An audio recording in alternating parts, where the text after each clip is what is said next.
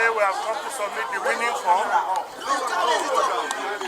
and we have complied with one of the major requirements of the party for contesting for presidency on the platform of APC. We have done all that is required. We submitted all the documents that are required.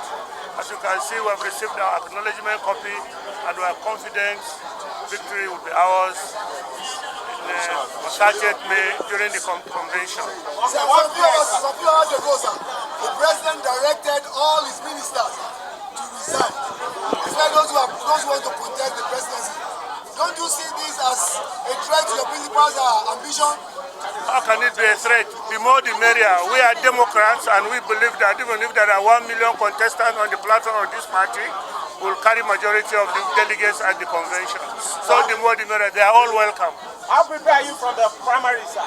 100% prepared. Sir, I would like to ask, what are the challenges, what are the fears? There are no challenges. We are politicians who have been in this game for many years. Whatever challenges there are, we've only convert them to opportunities. Jagaban said that he's done all that needs to be done, that his party and supporters should relax.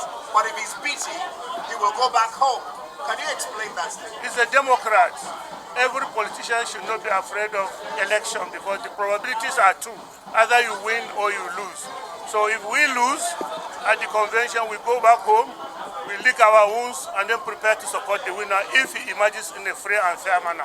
Thank you very much, sir. Thank you very much, sir.